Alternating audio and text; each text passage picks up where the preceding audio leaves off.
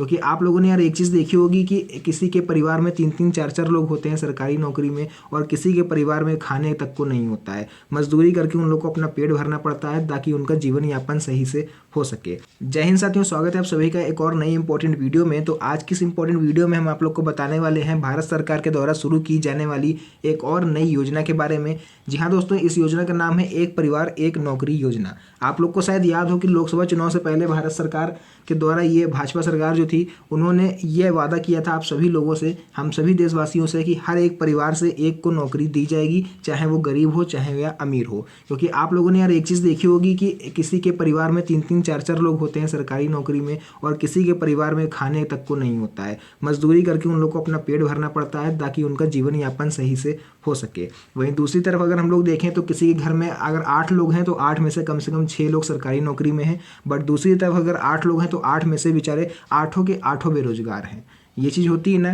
तो इसी चीज़ को देखते हुए सरकार इस योजना को लेकर के आई है ताकि सभी चीज़ों को बराबर किया जा सके, यानी हर परिवार से किसी एक को नौकरी देगी सरकार ताकि उनका जो जीवन यापन है वो आसानी से हो सके। तो वीडियो को मेरे भाई आज ध्यान से देख लेना, क्योंकि बहुत ही ज़्यादा न्यू अपडेट आप लोग के लिए निकल के आई है, जो कि 1 जनवरी 2025 से लागू होने वाली है। यानी कि जो आने वाला साल है वो आप लोग के लिए बहुत ही ज़्यादा फायदेमंद साबित होने वाला है। तो चलिए जल्दी से अपनी इस वीडियो को स्टार्ट करते हैं। और क्या है इस योजना के बारे में इंपॉर्टेंट अपडेट, कौन से डॉक्यूमेंट आपके पास होने चाहिए, कैसे आप लोग आवेदन कर सकते हो, नौकरी प्राइवेट मिलेगी या सरकारी मिलेगी, कहाँ पर मिलेगी, जितने भी सवाल आपके मन में उठ रहे हैं सभी को हम एक एक करके समझाते हैं। तो चलिए सबसे पहले हम आप लोग को लेकर के आ चुके हैं इनकी ऑफिशियल वेबसाइट पर। तो यहाँ पर आपको दिख रहा होगा क्लियर शब्दों में लिखा हुआ है, भारत सरकार ने एक नई योजना की घोषणा की है जो देश के बेरोजगार युवाओं के लिए बड़ा मौका लेकर आई है। यह योजना है एक परिवार एक नौकरी योजना 2024। यहाँ पर देखिए साफ साफ शब्दों में लिखा हुआ है एक परिवार एक नौकरी योजना 2024।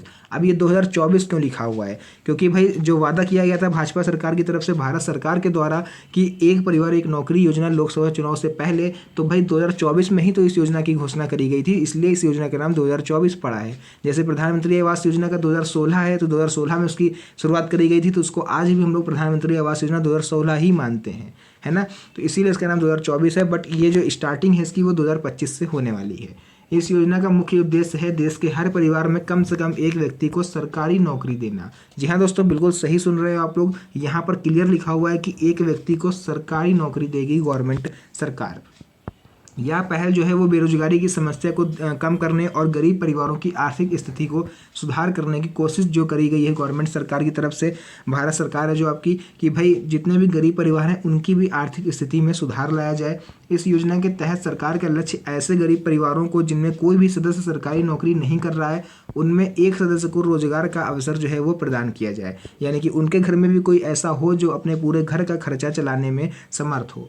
यह न केवल व्यक्तिगत स्तर पर लाभदायक होगा बल्कि समाज और देश के समग्र विकास में भी योगदान देगा। तो ऐसा करने से केवल उस गरीब परिवार का ही कल्याण नहीं होगा, अपितु पूरे देश में जितने भी गरीब परिवार हैं, अगर सबके परिवार में एक को नौकरी दी जाने लगी तो आप लोग यार खुद सोचो कहाँ कोई गरीब रहेगा, तो हमारा देश तो आगे तरक्की करेगा ही करेगा। और यहाँ पर लिखा हुआ है इस योजना से युवाओं में उत्साह का माहौल देखा जा रहा है और वे अपने भविष्य को लेकर आशावान हैं। तो जब से इस योजना की घोषणा करी गई है तभी से युवा आस लगाए बैठे थे लोकसभा चुनाव से कि भाई इस योजना को कब शुरू किया जाएगा, कब शुरू किया जाएगा। बहुत लोग कमेंट करते थे मेरे वीडियो में आकर के, बहुत लोग गूगल पर सर्च करते थे, यूट्यूब पर आप लोग देखते थे, मतलब हर सोशल मीडिया प्लेटफॉर्म पर लोग सर्च करते थे। तो बट अब जा कर के सरकार ने आप लोग की ये बात सुनी है और इस योजना को स्टार्ट करने वाली है 2025 में। तो चलिए सबसे पहले हम लोग देख लेते हैं एक परिवार एक नौकरी योजना 2024 की जो मुख्य जानकारी है उसको हम लोग पढ़ते हैं। योजना का नाम क्या रखा गया है? एक परिवार एक नौकरी योजना। शुरुआत इसकी कब किसके द्वारा करी जा रही है? तो भारत सरकार के द्वारा स्टार्टिंग करी जा रही है। उद्देश्य क्या है? कि हर परिवार में एक व्यक्ति को सरकारी नौकरी देना। ध्यान से सुनने, यहाँ पर सरकारी नौकरी की बात हो रही है, यानी कि आपको प्राइवेट नहीं सरकारी नौकरी दी जाएगी गवर्नमेंट की तरफ से। तो इसमें अगर हम लोग बात करें कि इनका उद्देश्य क्या है, जैसा कि हम बताया अभी हमने आपको कि हर परिवार में एक को सरकारी नौकरी देना। लक्षित समूह यानी किसको टारगेट किया जा रहा है यहाँ पर? बेरोजगार युवा जो हैं और गरीब परिवारों को, यानी कि बेरोजगारी भी खत्म हो जाएगी और गरीब परिवार भी जो है वो थोड़ा सा आगे बढ़ पाएंगे।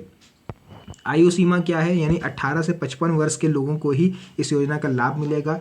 आवेदन प्रक्रिया पूरी तरह से ऑनलाइन रहेगी, इसका ऑफलाइन आवेदन कहीं भी स्वीकार नहीं किया जाएगा।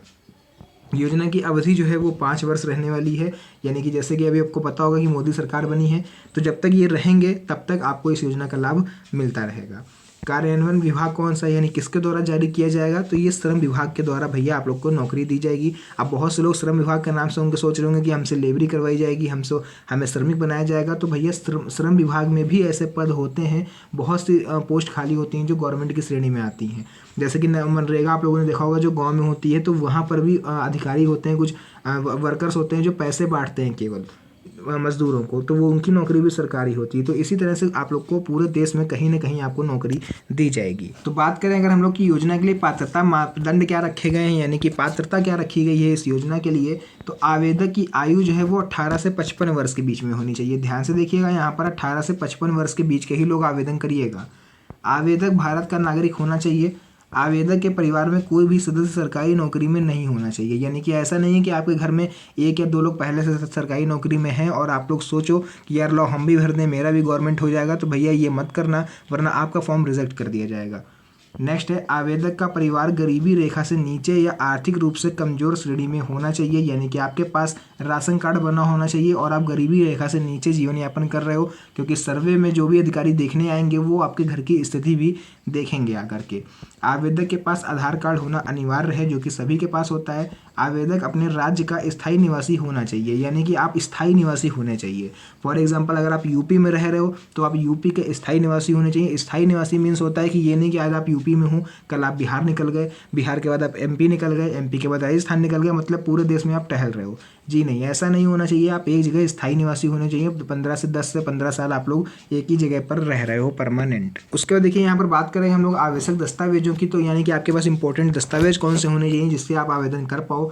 तो पहला आपके पास भैया आधार कार्ड होना चाहिए, पैन कार्ड आपके पास होना चाहिए, शैक्षणिक योग्यता प्रमाण पत्र यानी कि 5वीं 8वीं 10वीं 12वीं जो भी आप पढ़े हुए हो उसका आपके पास मार्कशीट होनी चाहिए। जाति प्रमाण पत्र अगर आपके में लगता है तो होना चाहिए। आय प्रमाण पत्र होना चाहिए। निवास प्रमाण पत्र आपके पास होना चाहिए, यानी कि निवास प्रमाण पत्र इसलिए लगेगा कि आप कितने साल से एक जगह पर रह रहे हो। 7th है, बैंक पासबुक की फ़ोटोकॉपी आपके पास होनी चाहिए। पासपोर्ट साइज फ़ोटो, यानी कि जो फ़ोटो होनी चाहिए वो 3 महीने से ज़्यादा पुरानी नहीं होनी चाहिए, क्योंकि बहुत से लोग क्या करते हैं कि 2-3 साल पहले खींची हुई फ़ोटो लगा देते हैं, फिर डाटा एनालिसिस यानी डॉक्यूमेंट वेरिफिकेशन के समय वो फ़ोटो मैच नहीं होती, जिससे कि आपका फॉर्म रिजेक्ट हो जाता है।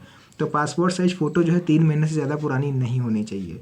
रोजगार कार्यालय में पंजीकरण प्रमाण पत्र होना चाहिए अगर आपके पास हो, यानी कि अगर आपने कभी मनरेगा में काम करा है या किसी ऐसे डिपार्टमेंट में काम करा है जहाँ पर रजिस्टर्ड हो आप, तो उसका सर्टिफिकेट आपके पास होना चाहिए। अगर आपने काम नहीं करा है या सर्टिफिकेट नहीं है तो कोई ज़रूरत नहीं है, बस ये ऊपर के आपके पास 8 इंपॉर्टेंट दस्तावेज होने चाहिए, तो आप इसके लिए आवेदन कर पाओगे। और हो सकता है कि आपके परिवार में से भी किसी एक को सरकारी नौकरी जो है वो 2025 में ही मिल जाए। बात करें अगर हम लोग इसके आवेदन प्रक्रिया की, कि आवेदन प्रक्रिया हम लोग इसका कैसे आवेदन कैसे कर सकते हैं, तो सबसे पहले आपको इसका ऑनलाइन पंजीकरण करना है इसकी ऑफिशियल वेबसाइट पर जा करके।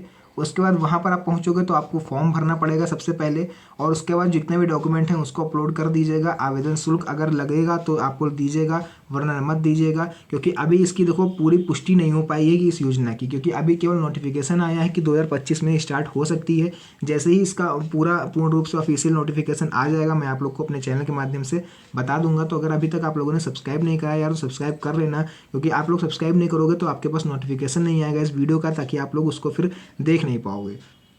तो ध्यान से इसको आप लोग सब्सक्राइब जरूर कर लीजिएगा चैनल को, क्योंकि जैसे ही इस योजना का कोई भी अपडेट आती है तो हम आपको सबसे पहले बताएंगे। फिर आप लोग को क्या करना है, फॉर्म सबमिट कर देना और इसकी पुष्टि आपको करनी है कि आवेदन फॉर्म आपका जमा हो गया है कि नहीं। आपका ईमेल आपका आएगा अगर बना हुआ होगा, यानी जो जीमेल आईडी होती है उस पर आपका मैसेज आ जाएगा कि आप लोग का जो है फॉर्म वो सक्सेसफुली कंप्लीट हो गया है। अब आपको वेट करना है कि जैसे ही इस योजना की शुरुआत करी जाएगी तो आपको जो है नौकरी मिल जाएगी। तो इस तरह से आप लोग जो है अपनी आवेदन प्रक्रिया को ख़त्म कर सकते हो। इंपॉर्टेंट डॉक्यूमेंट्स हमने आपको बताए, क्या पात्रता है हमने आपको बताई, और जो जॉब मिलेगी वो आपके ज़िले में ऐसा मिलेगी, ऐसा कंपलसरी नहीं है, पूरे भारत में आपको कहीं भी मिल सकती है। तो इसके लिए आपको तैयार रहना पड़ेगा पहले से। बाकी अगर डॉक्यूमेंट आपके पास कम हो तो उसको आप तैयार करके रखिए, क्योंकि जैसे ही फॉर्म आए वैसे ही फिलअप कर दीजिएगा, क्योंकि मैंने अक्सर देखा है कि जो लोग फॉर्म भरने में लेट करते हैं उनका फॉर्म भैया कैंसिल हो जाता है या फिर उनका जो है वो प्रोसेस नहीं हो पाता है। तो फिलहाल के लिए आज की इस इंपॉर्टेंट वीडियो को हम लोग यहीं पर एंड करेंगे। मिलते हैं नेक्स्ट वीडियो में एक और अच्छी इंटरेस्टिंग मज़ेदार वीडियो के साथ। तब तक के लिए धन्यवाद। जय हिंद।